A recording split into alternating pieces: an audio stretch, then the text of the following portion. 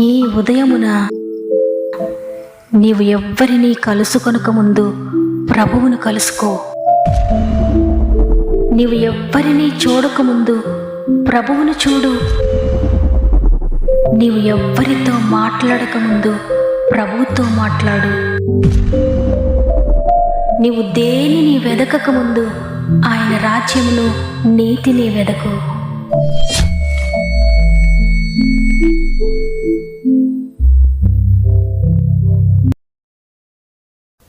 Praise the Lord. God first అనే వాగ్దాన కార్యక్రమాన్ని ప్రతిరోజు వింటున్న ప్రియ దేవుని బిడ్డలారా, మరి ఒకసారి మిమ్ములు మీ కుటుంబాలను ఈ వాగ్దాన కార్యక్రమానికి ప్రేమతో ఆహ్వానిస్తూ ప్రభు నామంలో మీ అందరికీ నాకు శుభాలు తెలియజేస్తున్నాను. ప్రియ దేవుని బిడ్డలారా, రేపు ఉదయాన్నే మీరంతా ఎలా ఉన్నారు? దేవుని అత్యంత కృపలో ఆయన దయలో మీరంతా బాగున్నారని నమ్ముతున్నాను. ఈ విధంగా మిమ్మల్ని అందరినీ మరొకసారి కలుసుకోవడానికి నేను ఎంతగానో సంతోషిస్తున్నాను. మరొకసారి ఈ విధంగా దేవుని మాటలు పట్టుకొని మీ ముందుకు రావడానికి దేవుడు మరలా అనుగ్రహిస్తున్న ఈ గొప్ప అవకాశం బట్టి దేవునికి మహిమ కలుగునుగాక. ఈరోజు ప్రత్యేకంగా మీ అందరికీ కూడా రిపబ్లిక్ డే శుభాకాంక్షలు తెలియజేస్తున్నాను. దేవుడు మన దేశానికి స్వాతంత్రత ఇచ్చినట్లుగానే మన జీవితంలో మనకు ఆయన స్వేచ్ఛ స్వాతంత్ర్యాలు దయచేయాలని ఇష్టపడుతున్నారు. కాబట్టి ఈరోజు మీరు ఏ పరిస్థితుల్లో బంధించబడినా భయపడకండి. అది ఎట్టి స్థితి అయినా విడిపించడానికి సమర్థుడైన ప్రభువు ఉన్నారు. ఆయనకు అసాధ్యమైంది ఏదీ లేదు. కాబట్టి దేని గురించి భయపడకండి. మీ ప్రతి పరిస్థితి నుండి విడిపించే శక్తి కలిగిన ప్రభువును ఆనుకోండి. అపనమ్మక కలిగి ఉండకండి. విశ్వాసంతో ఆయన కొరకు ఎదురు చూడండి. మీ జీవితంలో దేవుడు అద్భుతాలు చేయబోతున్నారు. అదేవిధంగా మీరు ఇంకెవరికైనా ప్రేయర్ రిక్వెస్ట్ ఉంటే కామెంట్ రూపంలో తప్పక నాకు తెలియచేయండి. మీ అందరి కొరకు భారం కలిగి ప్రార్థిస్తున్నాను. మన ఆత్మీయ కుటుంబం కూడా మీ కొరకు ప్రార్థిస్తున్నారు. మీరు కూడా అందరి కొరకు ప్రార్థించండి. ఎందుకంటే ఒకరికొరకు ఒకరు ప్రార్థన చేసినప్పుడు మన దగ్గర నుండే ప్రభు కార్యాన్ని ప్రారంభిస్తాడు. కాబట్టి అందరి కొరకు ప్రార్థన చేద్దాం. అనేక అద్భుతాలు చూద్దాం. సమస్త మహిమ ఘనత ప్రభావంలో దేవునికి చెల్లునుగాక. ఈరోజు ప్రభు మనకు అనుగ్రహిస్తున్న వాగ్దానం గలతీయులకు వ్రాసిన పత్రిక 4వ అధ్యాయము 7వ వచనము. కాబట్టి నీవిక దాసుడవు కావు, కుమారుడవే. కుమారుడవైతే దేవుని ద్వారా వారసుడవు. ఆమేన్. చూడండి, ఎంత అద్భుతకరమైన వాగ్దానం ఇది. నిజంగా దేవుడు మనలను తనకు కుమారులుగా ఉండడానికి, తనకు వారసులుగా ఉండడానికి పిలుచుకున్నాడు. మనందరము ఎవరమంటే దేవుని యొక్క వారసులము. తండ్రి అయిన దేవుడు తన ఏకైక కుమారుని మన కొరకు ఈ లోకానికి పంపించి మనందరం కూడా ఆయనకు దత్తపుత్రులను కావాలనని ధర్మశాస్త్రములకు లోబడి ఉన్న వారిని విమోచించడానికి, నాయన తండ్రి అని మొరపెట్టడానికి తన కుమారుని ఆత్మను దేవుడు మన హృదయాల్లోనికి పంపారు. ఇందుకు పనికిరాని మనకు సృష్టికర్త అయిన దేవుని తండ్రి అని పిలిచే గొప్ప భాగ్యాన్ని తన కుమారుని ద్వారా మనకు అనుగ్రహించారు. దేవుని బిడ్డలారా, ఆ కుమారత్వాన్ని మనం అంగీకరించినట్లయితే, ఆ వారసత్వాన్ని మనం అంగీకరించినట్లయితే దేవునికి వారసులుగా, దేవుని కుమారులుగా ఈ లోకంలోనే గొప్ప అధికారాన్ని కలిగి ఉంటాం. గలతీయులకు వ్రాసిన పత్రిక 5వ అధ్యాయము 13వ వచనం మనం చూస్తే, సహోదరులారా మీరు స్వతంత్రులుగా ఉండుటకు పిలువబడుతురని అక్కడ స్పష్టంగా వ్రాయబడి ఉంది. చూడండి, దేవుడు మనల్ని పిలిచింది ఎందుకంటే మనల్ని స్వతంత్రులుగా చేయడానికి, మనల్ని అధికారులుగా చేయడానికి. మనం ఇంకా దాసులుగా ఉండాలని ఆయన మనల్ని ఏర్పాటు చేసుకోలేదు. ఆయన మనల్ని పిలువలేదు. చాలా సంవత్సరాల క్రితము ఇదే రోజున మన దేశాన్ని మనం పరిపాలించుకునే హక్కు, మనకిష్టమైన మనకు అనుకూలమైన రాజ్యాంగాన్ని రాసుకొని ఆ రాజ్యాంగ ప్రకారంగా మన దేశాన్ని పరిపాలించుకోవడానికి ఇదే రోజున సర్వాధికారాన్ని పొందుకున్నాం.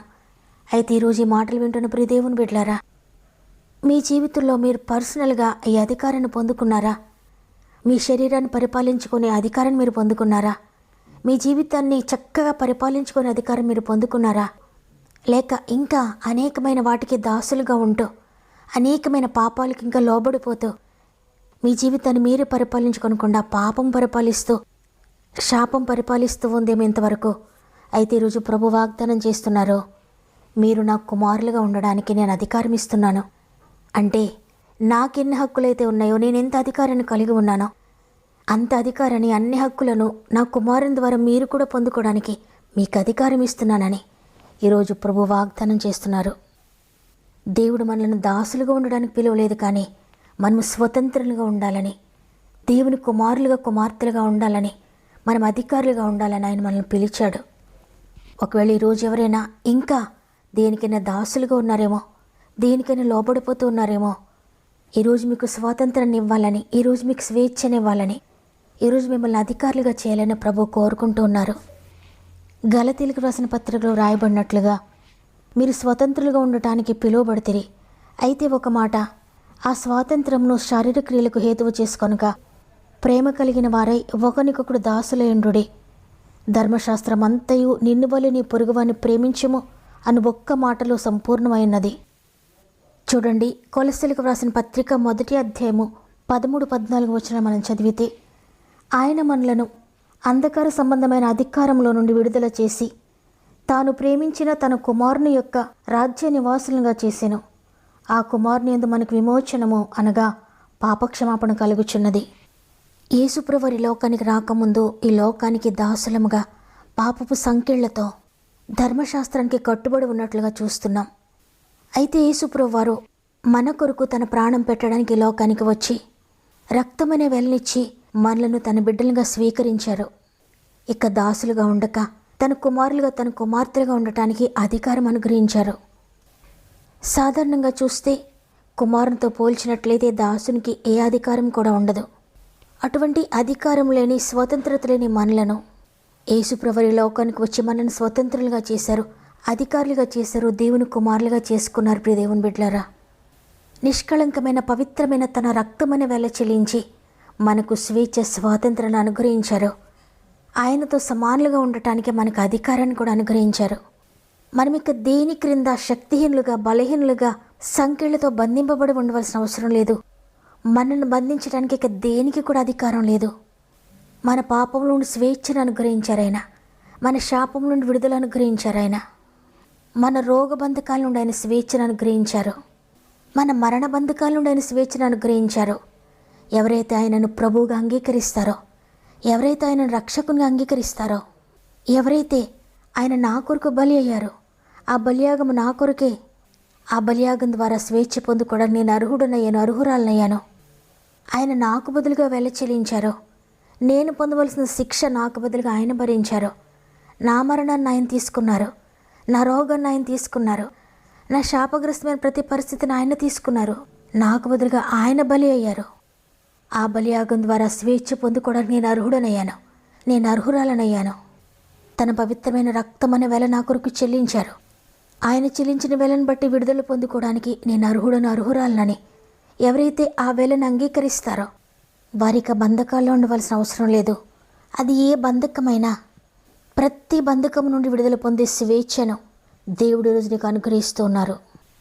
ప్రభువులో ఉండి కూడా ఒకవేళ ఈరోజు ఇంకా మీరు స్వేచ్ఛ లేకుండా, సమాధానం లేకుండా, సంతోషం లేకుండా బంధించబడి ఉన్నారేమో, కట్టబడి ఉన్నారేమో, ప్రభు ఈరోజు నీకు స్వతంత్రతనివ్వడానికి, తన కుమారుడిగా, తన కుమార్తెగా ఈ సృష్టి అంతటికీ వారసుడిగా ఉండటానికి ఈరోజు ప్రభు నిన్ను పిలుస్తూ ఉన్నాడు. నీవు అంగీకరిస్తే నువ్వు వారసుడు ఆయనకు, నీకు గొప్ప అధికారాన్ని ఇవ్వడానికి సిద్ధంగా ఉన్నాడు. నీ జీవితంలో ఏదైతే ఇంతవరకు పోగొట్టుకున్నావో రీక్రియేట్ చేయడానికి, నీ జీవితంలో ఎంతవరకు ఏదైతే పోగొట్టుకున్నారో రెస్టోర్ చేయడానికి, రీక్రియేట్ చేయడానికి దేవుడు సిద్ధంగా ఉండి ఈ రిపబ్లిక్ డే రోజున దేవుడు నీకు గొప్ప స్వాతంత్రం ఇవ్వాలని, నీవు పోగొట్టుకున్నవన్నీ తిరిగి నీకు దయచేయాలని ఈరోజు దేవుడు నేను పిలుస్తూ ఉన్నాడు. నీవు అంగీకరిస్తే ఇక నీవు దేనికి దాసుడవు కాదు, కుమారుడవే, కుమార్తెవే. నీవు కుమారుడవైతే ప్రతి దానికి కూడా నీవు వారసుడవు. ఈరోజు ఈ మాటలు వింటున్న ప్రియ చెల్లి, ప్రియ తమ్ముడు, ఇంకా నీవు దేనికైనా దాసుడుగా ఉన్నావా? ఇంకా ఏ బలహీనతకు నువ్వు లొంగిపోతున్నావు? ఏ బలహీనతకు నువ్వు దాసుడుగా ఉన్నావు? నిన్ను విడిపించడానికి, నీకు స్వాతంత్రం ఇవ్వడానికి ప్రభువు నిన్ను పిలుస్తున్నారు. ఈరోజు నీవు ఆయనను అంగీకరిస్తే నీవే బంధకంతో కట్టబడి ఉన్నా, నీవు దేనికి దాసుడుగా, దాసురాలుగా ఉన్నా గొప్ప విడుదల పొందుకుంటావు ఈరోజు. ఒకవేళ నువ్వు పాపానికి దాసుడుగా ఉంటే, దాసురాలుగా ఉంటే భయపడొద్దు. నిన్ను విడిపించడానికి, నీకు పాపక్షమాపణ ఇచ్చి నేను పరిశుద్ధుడిగా చేయడానికే ప్రభు ఈ లోకానికి వచ్చారు. నీవే రోగానికి బానిసగా ఉండాల్సిన అవసరం లేదు. నిన్ను విడిపించడానికి, నేను స్వస్థపరచడానికే ఆయన నీ రోగాన్ని సిలువలో భరించారు. తరతరాలుగా వస్తున్న శాపమండి ఇది మా కుటుంబానికి అని దేనిని గురించి భయపడొద్దు. తరతరాలుగా వస్తున్న శాపం నుండి నిన్ను, నీ కుటుంబాన్ని పూర్తిగా విడిపించడానికి శాపగ్రహైన ప్రభు ఈ లోకానికి నీ కొరకే వచ్చారు. నిన్ను స్వతంత్రంగా చేయడానికే ఆయన నీ కొరకు బలి అయిపోయారు. ఈరోజు నీకు ప్రతి విషయంలో స్వేచ్ఛనివ్వడానికి ఇష్టపడుతున్నారు ఆయన. ఈ లోకంలో అనేక విషయాలు నీకు స్వేచ్ఛ ఉండొచ్చు, కానీ ఆయన ఇచ్చే స్వేచ్ఛ ఈ లోకం ఇచ్చేటువంటిది కాదు. ఆయన ఇచ్చే సమాధానం ఈ లోకం ఇచ్చేటువంటిది కాదు. ఈ లోకంలో ఎక్కడ దొరకని స్వేచ్ఛ, ఎవరు ఇవ్వలేని స్వేచ్ఛను ఈరోజు ప్రభు నీకు ఇవ్వాలని ఇష్టపడి నీతో మాట్లాడుతున్నారు. అందువల్ల దేనికి బందీగా ఉన్నా నీవు ఇక భయపడొద్దు. నీవు విశ్వసించి ఆయన సన్నిధిలో మోకరించి ప్రార్థిస్తే నీవే భయంకరమైన బంధకంలో ఉన్నా, ఏ భయంకరమైన కట్టలతో కట్టబడి ఉన్నా, ఈ లోకంలో ఎవ్వరు విడిపించలేనిదైనా నిన్ను విడిపించడానికి, నిన్ను స్వతంత్రంగా చేయడానికి ప్రభు సిద్ధంగా ఉన్నారు. కాబట్టి ప్రియ చెల్లి, ప్రియ తమ్ముడు, ఈరోజు ఆయన పాదాల దగ్గరకు రా. ఆయనను ఆశ్రయించు. అయ్యా, ఈ విడిచిపెట్టలేని బంధకం నా జీవితంలో ఉందయ్యా. ఈ భయంకరమైన కట్లతో నేను కట్టబడి ఉన్నానయ్యా, నాకు విడుదల కావాలయ్యా అని హృదయపూర్వకంగా నీ చేతులెత్తి ప్రార్థించు. నీ కుటుంబంలో ఎవరు వ్యసనాలతో, బంధకాలతో కట్టబడి ఉన్నా, ఏ పాపంతో కట్టబడి ఉన్నా, ఏ అనారోగ్యాలతో కట్టబడి ఉన్నా, ఏ శ్రమలతో కట్టబడి ఉన్నా భయపడొద్దు. హృదయపూర్వకంగా ప్రార్థించు. ఈరోజే నిన్ను, నీ కుటుంబాన్ని విడిపించడానికి, మీకు స్వేచ్ఛనివ్వడానికి ప్రభు సిద్ధంగా ఉన్నారు. తండ్రి, నీకు వందనాలు. నీ కృపను బట్టి మరొక దినాన్ని మాకు ఇచ్చారయ్యా. సజీవులుగా ఉండి ఈరోజు మీ మాట వినగలిగాము, ప్రార్థించగలుగుతున్నామంటే కేవలం నీ కృపే తండ్రి. నీ కృప చేత మేము బ్రతికి ఉన్నామయ్యా. నీ కృప చేత ఇంకొక దినం మేము చూచామయ్యా. ఈరోజు మాతో మాట్లాడవు. నీవు నా కుమారుడవో, నా కుమార్తెవో, మిమ్మల్ని వారసులుగా చేస్తున్నాను, భయపడొద్దని. అవును తండ్రి, ఎంతమంది కుమారులుగా ఉండడానికి, కుమార్తెలుగా ఉండడానికి అంగీకరిస్తున్నారో వారందరినీ వారసులుగా చేస్తున్నందుకు వందనాలు. వారందరికీ అధికారం ఇస్తున్నందుకు వందనాలు. వారు కోల్పోయినవన్నీ తిరిగి రీక్రియేట్ చేస్తున్నందుకు వందనాలు. వారు పోగొట్టుకున్నవన్నీ రెస్టోర్ చేస్తున్నందుకు వందనాలు.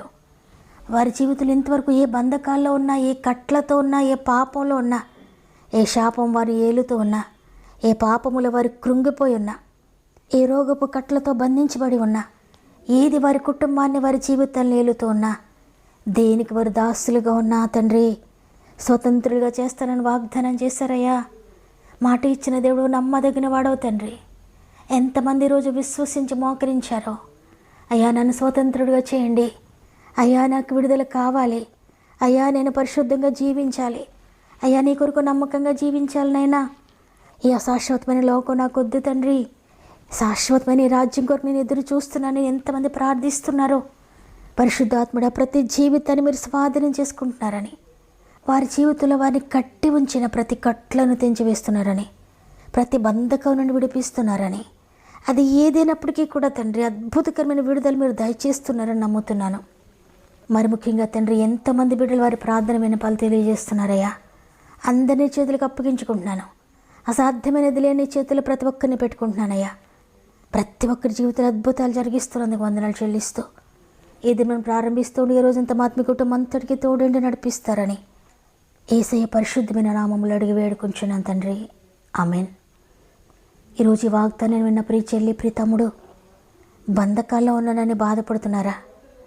ఇక విడుదల లేదని నలిగిపోతున్నారా? భయపడొద్దు. ఈరోజు వాగ్దానం ఇచ్చాడు ప్రభు, నీకు విడుదలనిస్తున్నాను, నిన్ను స్వతంత్రంగా చేస్తున్నానని. వాగ్దానం విశ్వసించి ప్రార్థన ద్వారా రిసీవ్ చేసుకోండి. నమ్మిన వారందరూ ఆమెను కామెంట్ చేయండి.